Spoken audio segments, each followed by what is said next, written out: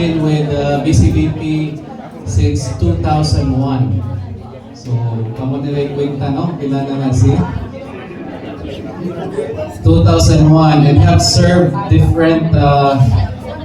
different capacities, including mission head, formation director, unit head, among others, and continues to serve up to now. Ato ang pakpakan si Brother Lino Cañete.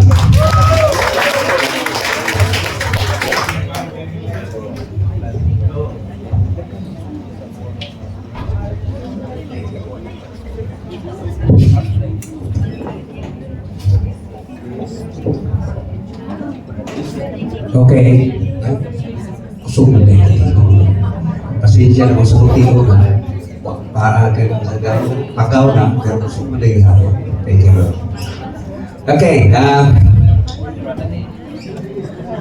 First and foremost, I would like to congratulate all of you for reaching this far. So, in as much as this time medyo very challenging time, di ba? Kung di ka katulong, nato ka. Ano, di ba? So, we'll have a little icebreaker. Okay? Okay. Just simple lang. Okay.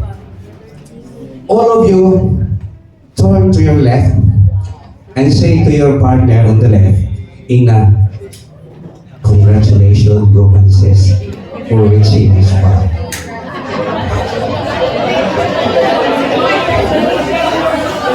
Okay? Then second. So, para mahal on the right, on the other side, turn also to the right. And tell to your partner, bro, sis, salamat. Hapit na kita mo man. Kaya this is the second to the last stop. After this, congratulate na kita. Okay? And the last one, turn in front, face in front. Okay? And this time, with all your hearts, say with feelings, all together. Let's say, thank you, Lord, for reaching this far. Okay? Atong pasalamatan ng Ginoo. Kay dili tanan. Kahit ang apil ani nga programa nakahuman. So that is in fact, that alone is a blessing. Okay? So, nagpasalamat na ta. Okay. But before I will dive into my talks, basi ko yan, makalimot ko, magpasalamat ko sa akong mga assistants, ano? Kaya basta yun yung mga galit-galit niya, wala ko yung tayo, makalimot ako. Firstly, I would like to thank my honest assistant. And she is there right now, preparing for the water, because halimbawa siya, nabasi mo piyok niya ang tiko, iya na yung ipadalahan niyo. Okay? To my wife, Ate Pa, Miss Sofia Cañete. Of course, she is the people, the person behind why you have reached this far. Because she is also a head of the intercessory. Okay?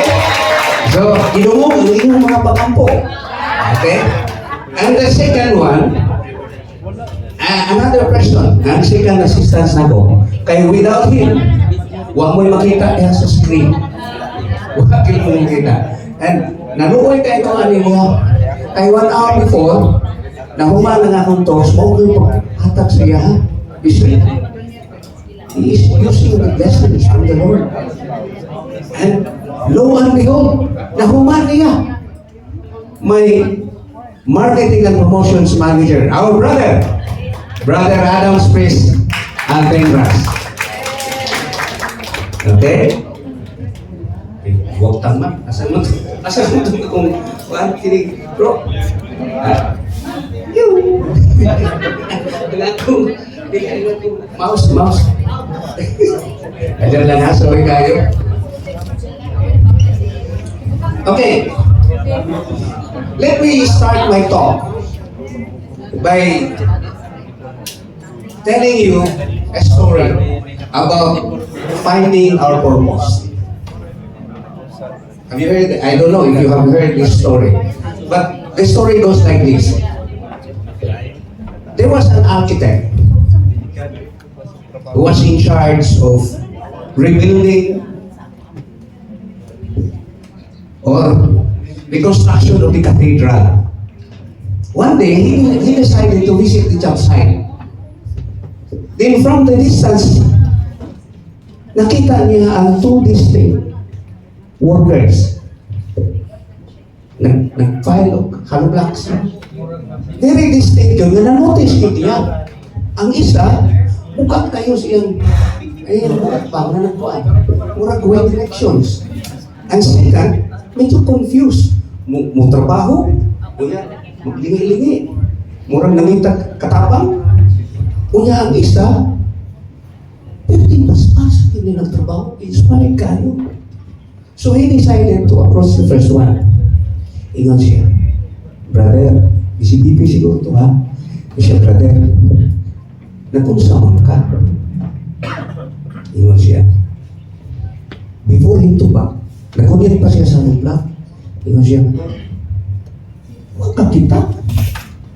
Nag-file ko ka nubla. So, ang iyang nasaktan, ang iyang gitrabaho. So, ang siya.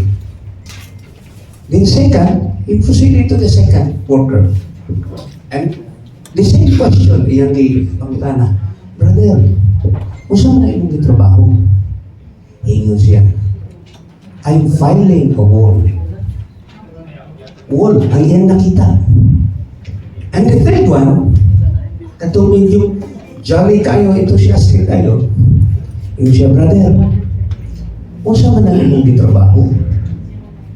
Mission. I am building the cathedral wherein I can worship my Lord and serve Him. That's why ako rin panimuhaon na mahuman na yun.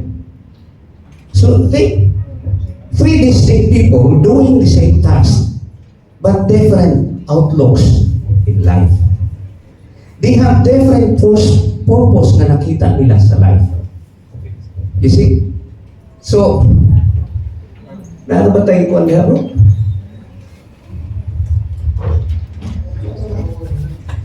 So, the first worker saw his work as just a job, while the second worker had an idea of the bigger picture of his job. And the third worker truly understood the greater purpose behind his job. And that gave him motivation, pride, and joy in his work.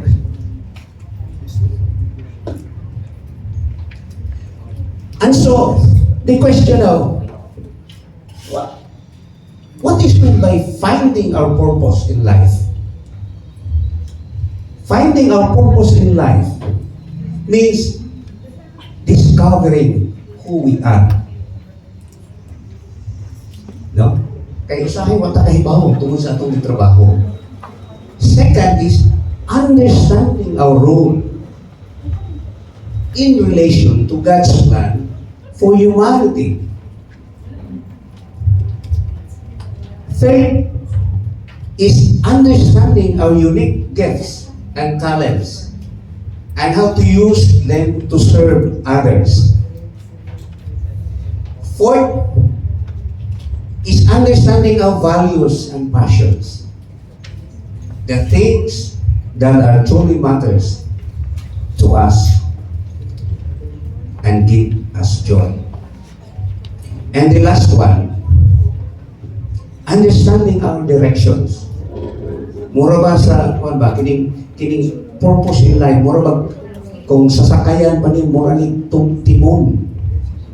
Without their, sorry, in English, rudder, useless ng imong layar. Di ka move forward, kaya magsige lang ng tuyok-tuyok depending on the directions of the wind. But with the rudder, you will move forward in accordance with the directions you want to go. So, and the fifth one is, like I said, is understanding of directions. Meaning knowing what kind of life we want to live and how to live it meaningfully. In general, seeking God's will for our life so that our choices, work, and relationship will align with God's plan. Living not just only for ourselves, but for His glory and the good of others. So the question now is, how do we know if our purpose in life is good or bad? The answer is, a good purpose must be aligned with God's plan and will. That is your barometer. So, knowing all those basic principles, we will now come to the main topic. So, what is God's plan and purpose for us? Okay, human being. It is very clear that is written in our Bible that to be with Him with spiritual eternal life which is full of peace and happiness. Muna iyan, when He created us into His in His likeness, that is His plan for us, na to be with Him back in heaven to enjoy the eternal life. So what is now our purpose in life? Our purpose in life is to walk towards that eternal life through Him or through Jesus Christ as our guiding light. Okay? So, in other words, our way to salvation is we must emulate Jesus Christ by following all His teachings, because He is the way, the truth, and the life. No one comes to the Father except through Him. That is according to John chapter 14, verse 6. So the question now is, which is the other part of my talk, how does money or wealth help or hinder in achieving this God's plan purpose in our life? Now, in the interest of time, actually there are a lot of Bible passages or readings we can find in the Bible, but for the interest of time, I chose only 4, and this I would like to explain. First is, no man can serve 2 masters. Very familiar. You will either hate one or be attentive to one and despise the other. You cannot give yourself to God and to money. You have to choose one only. No ifs and buts. Walay or, kung hindi only. So what does this mean? It emphasizes that we cannot have divided loyalty. It's either you have to love God or love the money. Now, in as much as our purpose in life is to return to eternal life with our God, then we have to choose God, I guess. The second one, this reading indicates that money is neither good or bad. It is just a material thing that you can ordinarily transact. No? It can only be an object of good when we use it for what God is intended to do. So, usa may logic ani. We have to know usa may God's plan of will. Then you will be guided how to use the money.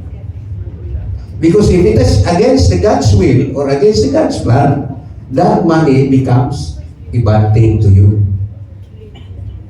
So the second reading speaks about the love of money. Remember, I emphasize this love, not money. Because money itself, like I said, could either be good or bad. What makes it bad? Love of money.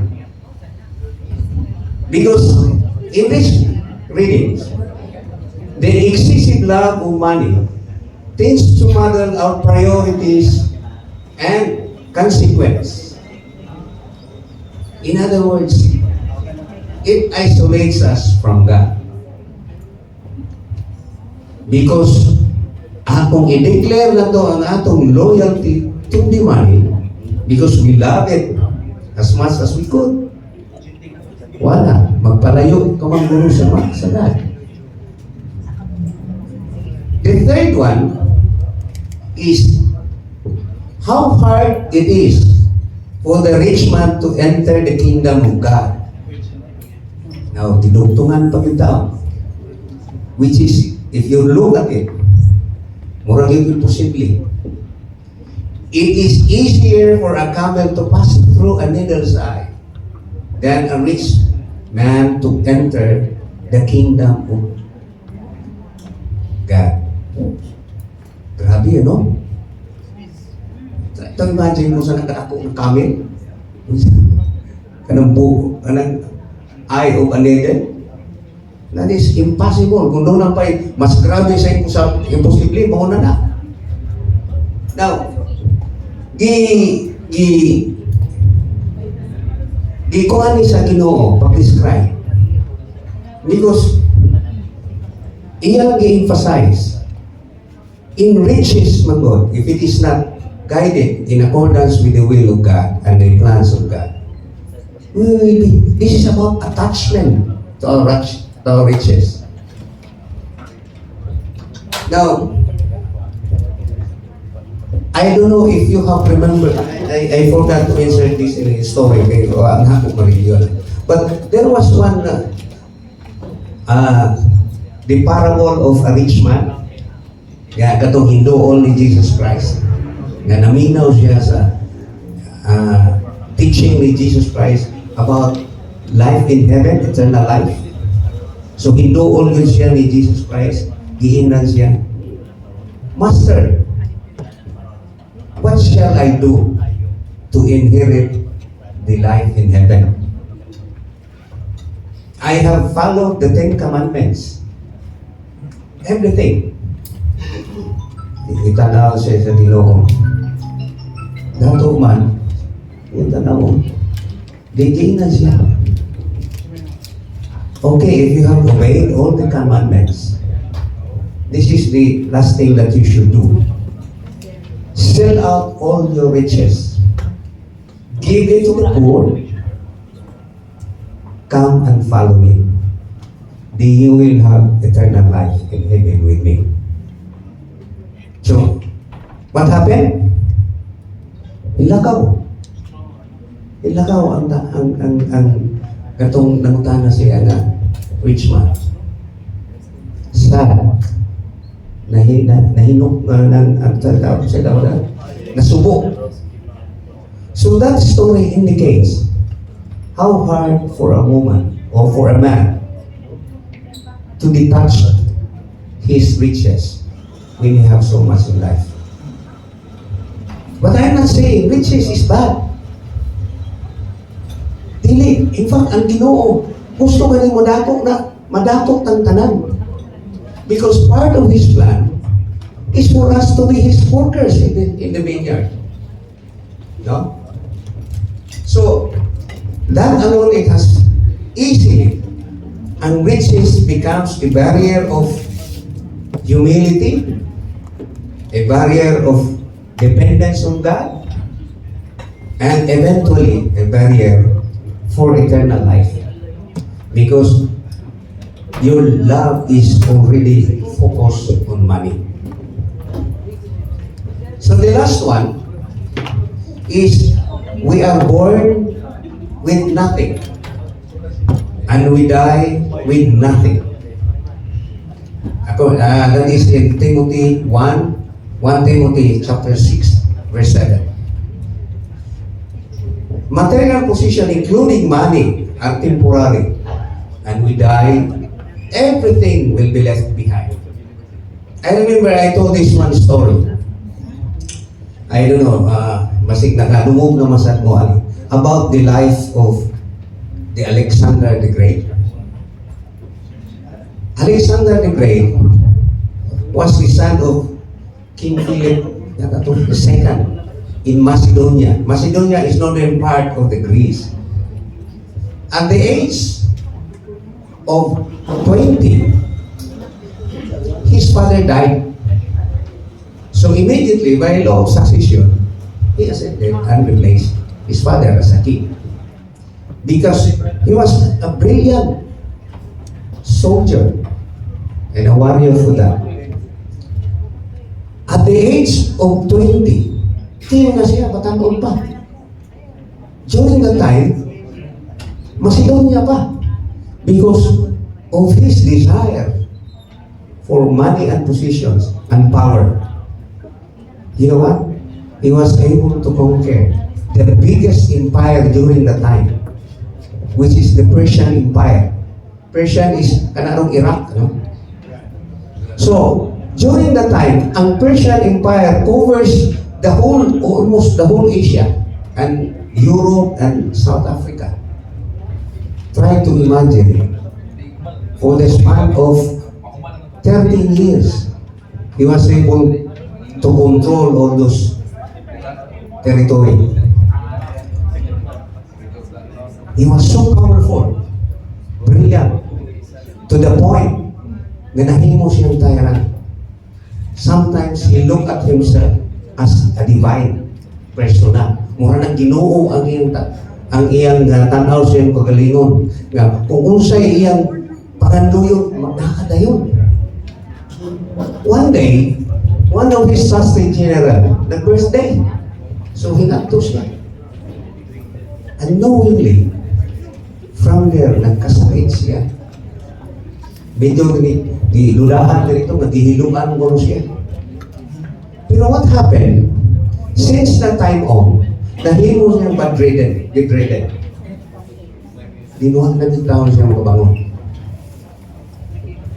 At his bed, he knew very well that death is near. So he decided to call his trusted generals and made the 3 wishes. The 3 wishes are, the first, gina niya ang general. Okay, hapit naman dito namatay. I want you to do these 3 wishes for me. Ingon siya, inikamatay na ko, ang akong lungon, ipalugdog o ipapasan sa the best doctors in his tawag na? In kingdom. I wanted to show that in the face of death, power and money, even the doctors, best doctors, di yun makapugo. Then the second wish, yun siya na, I want you to scatter all my treasures. Mga belongings na ko, i-scatter din mo from my palace to the last place na where I will be ilubog. Both sides, talang, i-scatter yun. I want to show the world that everything na akong natiko, anong kalibutanan, di yun ako madala, kamatay. It will be left behind. And the last one, ingon siya, last na lang, lubong ninyo na ako, inyo kong possession, ang akong kamot, pagawas, dangling outside, both sides. Hindi mo mga general, ano. Ang iyang purpose there is to show to the world that he brings nothing to his grave. So, wala siya nga nadala. Maurag yapon. As kumusta siya kasimplo, katao, niya itong una, namatay siya nga pariho ng yapon. So, what was the moral lessons? The moral lesson is this: wealth and power cannot prevent death. Second is wealth is meaningless at the end. And the third one, we come here with nothing and die with nothing. So, our ultimate objective in life is to move towards eternal life and to store our wealth in heaven, where moth and vermin do not destroy, and where thieves do not break in and steal. Vermin ka ng mga piste, kaya ka ng makaguba sa mga kuwan ba. So, the next question is, what should be our right attitude for money and possessions?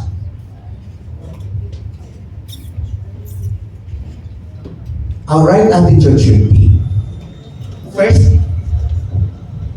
do not be concerned. Your father knows that you need these things. Ibig sabihin, complete dependence on God. Dili kita pabayaan sa Ginoo.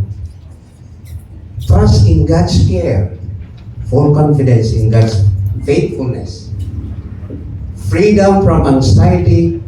Living in a life with peace of heart. And the last one is seek God first. We must prioritize our relationship with Him. The second is, our attitude should be about money is, do not, very specific in do not love money, but be content with what you have. Love of money means making wealth is our main portion in life. Ibig sabihin, kung mauna lang ginay purpose mo every time you have something to do in your life, forgetting about the plan or the will of God, that money becomes bad. Though you acquired it, but it was not in accordance with the plan and will of God. Second is placing money above God, relationship and moral values. Our security should rest in God, not on wealth. Because money can be spared, but God and care are constant. The second, be content with what we have means satisfaction with God's provision. Having peace and gratitude in our hearts, regardless of financial situations. For as long as you have full trust in God, di kita pabayaan niya. Maski in a very challenging financial situations.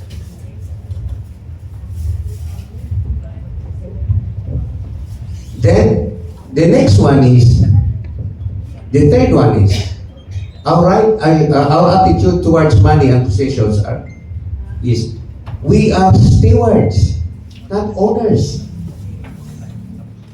What we have now gipiya lang sa Ginoo sa tuwa.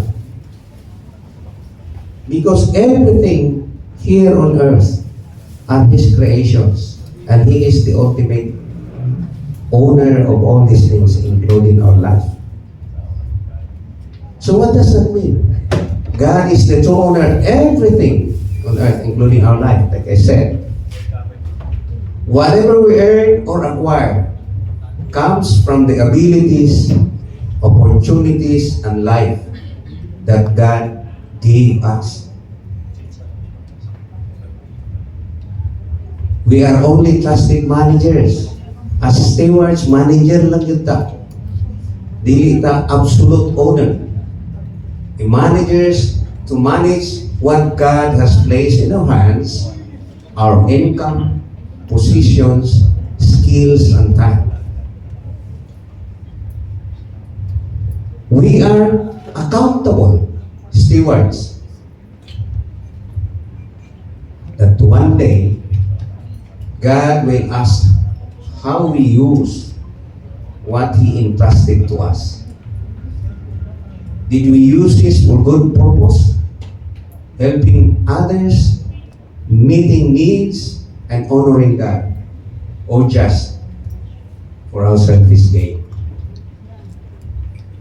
At this point, I'll tell you another story about the talents, 3 talents, in Matthew 25, verses 14, that's 30. If you remember, there were 3 faithful servants given with 3 different amount of talents.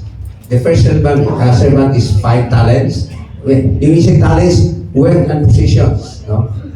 The second is 2, and the third one is 1 talent.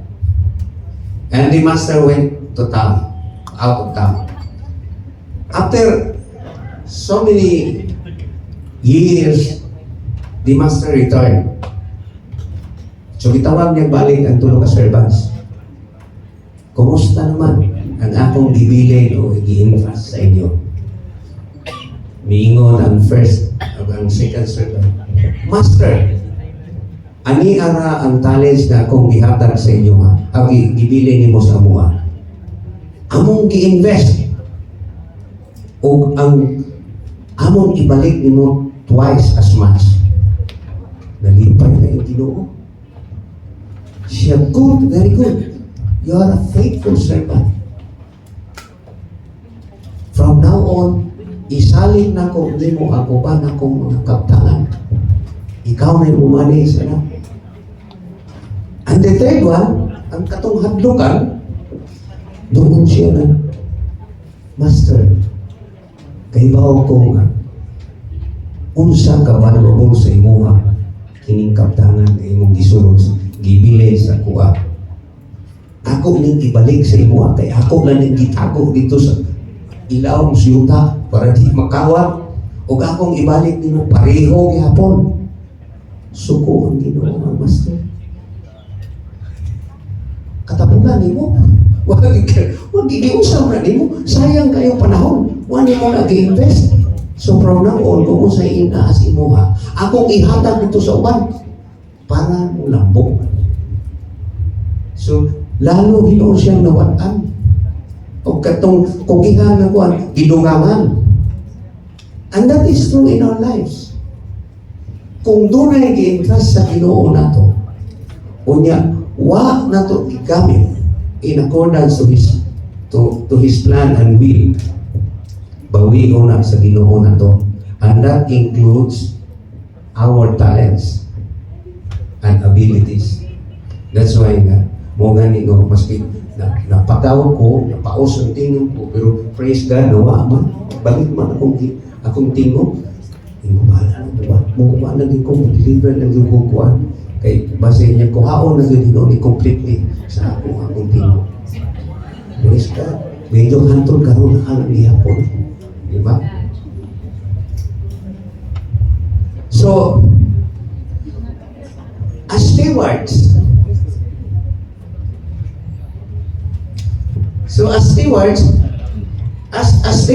we should, doon na yung mga qualities.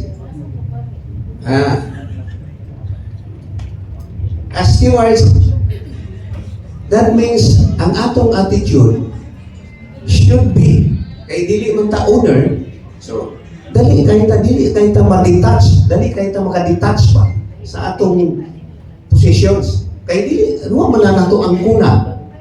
Kung dili, di ba, kung naibilin sa ato, di kay na basta-basta nito kami, uy, sa kawan ba yan na, ibilin lang na, di ba? Kaya na mo na atong normal attitude. So, ang tendency, di mo ang kuon. So, dali ni mo mahatag. So, with that attitude, that means we should not cling emotionally or make them the source of our security, identity, or happiness. Kaya nakaibaw mo na nalilin na atuwa. Second, detachment is about the heart. Imong gibati towards the positions. When we cannot imagine a life without them, that's why himuon na nato i-idolize. Kung niyo ka, sa una lang muwa na sa kuha. With that alone, is imo na siyang i-idolize. And the third one, it frees us to be generous. It is the desire to share help, to help others and use those possessions for work. So, sayon kayo tamutabang sa atong isig katao nga nagkinahanglan.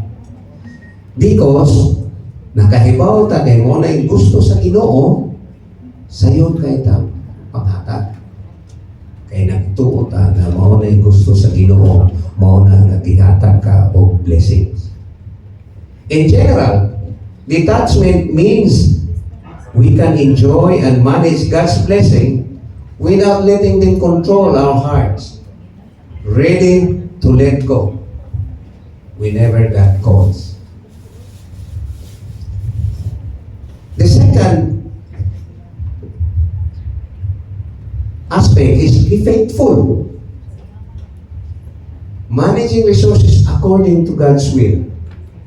So, mo to kanina akong istorya, ang gusto sa Ginoo padaghanon. So, mas ganahan na natong Ginoo anak kung imong padaghanon ang blessings o ang resources na gihatag sa imuha in a right way. Recognizing the money or positions, talents, and even the times are not truly ours, but entrusted only to us by God for His purposes. Using them responsibly and honestly. Avoiding waste, greed, or selfish use. And ensuring that we have handled them to benefit others and honors God. Being consistent and trustworthy. Not just doing good once in a while. Making faithfulness is a habit, even in small matters.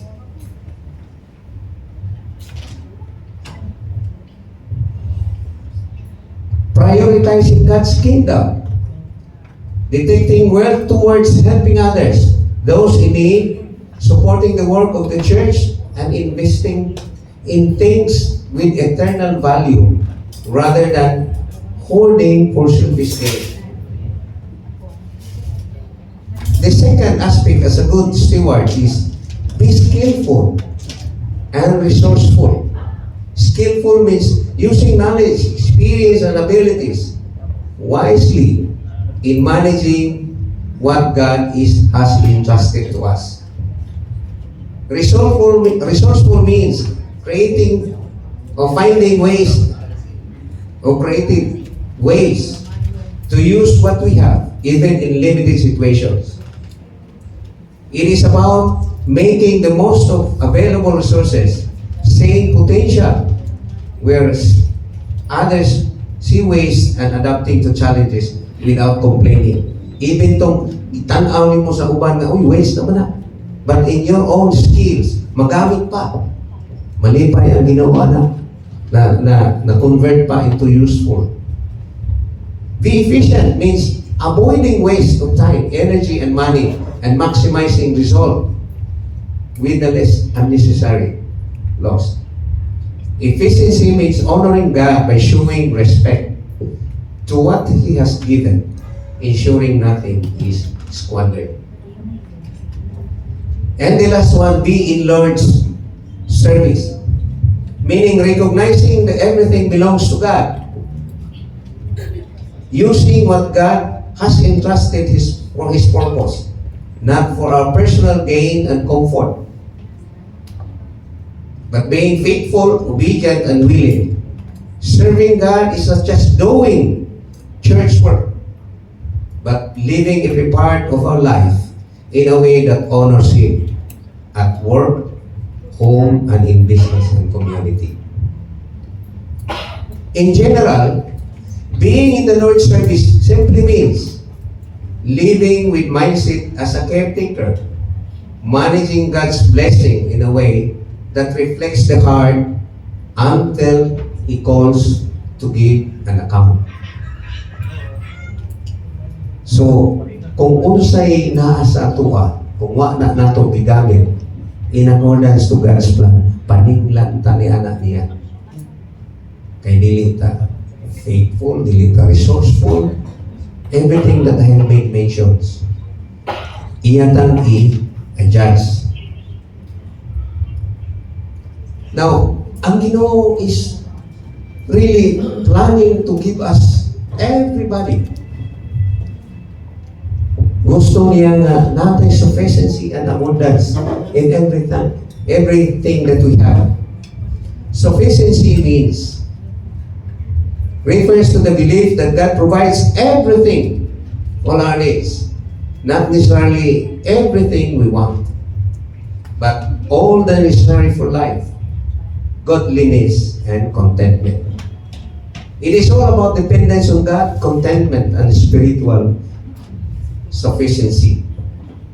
Abundance refers to the riches of the life that comes through a relationship with God. Not just material wealth, but it is all about spiritual abundance, overflowing provisions, and blessing to others. Now, one of our responsibilities is providing our children. What does the Bible says about our children being our primary responsibilities? The concept is rooted in biblical principles and reflects God's design for families. Number one, physical provision. This includes food, shelter, clothing, and safety. Spiritual guidance. This means teaching our children about God's prayer, scripture, and modeling as Christ-centered. Number three is providing emotional and moral support, providing love, encouragement, discipline, and sense of security. We are expected to shape our children's character, helping them grow in virtues like honesty, kindness, patience, and humility. Number four, discipline with love, not discipline with physical discipline. We must employ discipline not as physical punishment, but as a guidance. It emphasizes loving corrections rather than harshness. And the last one is modeling a godly life. Children learn as much as from what parents do and from what they say. Living with integrity, humility, and faith shows children how to live as Christian. So kita mo first model within the family. Then another responsibility that we have as provided, as expected from God, is our responsibility in financial giving. Our responsibility as Christians, we have a duty and obligations to give generously to God. We need to support the need of the church. As members of PCBP, there is also a need to support the Lord's work in the various aspects of our pastoral work, outreaches, and in the BCBP evangelization program such as this that we are doing right now. So, at this point, based on this concept, we would like you to pledge an amount you can honestly afford. And as member of the BCBP, your generosity will be amply awarded by the Lord. The Lord is a generous God and looks with favor on those who assist Him in His work. The BCBP has seized Goris Bilayo and Company as our auditors. Our books are open to any of our members. Then what is the reward of a good steward? The reward of a good steward is freedom from anxieties, peace of mind. Wala ka na yung sandigan. Because you have full dependence and full reliance and complete dependence with the Lord. You are taking care of the Lord of all your needs. So wala ka na yung anxieties. Di ka na magugman. It's about faith. You have strong faith in Him. So freedom from anxiety means refers to the inner peace and trust on God's provision that comes when someone faithfully manages the resources, responsibilities, and opportunities God has entrusted to us. The second reward is material rewards. This refers to the blessings that we receive, the abundance in life. And the last one, which is our purpose of having this life, is eternal reward. To be with God with eternal life in heaven. That is the purpose of our life here on earth. With that, I would like to thank you. Thank you very much.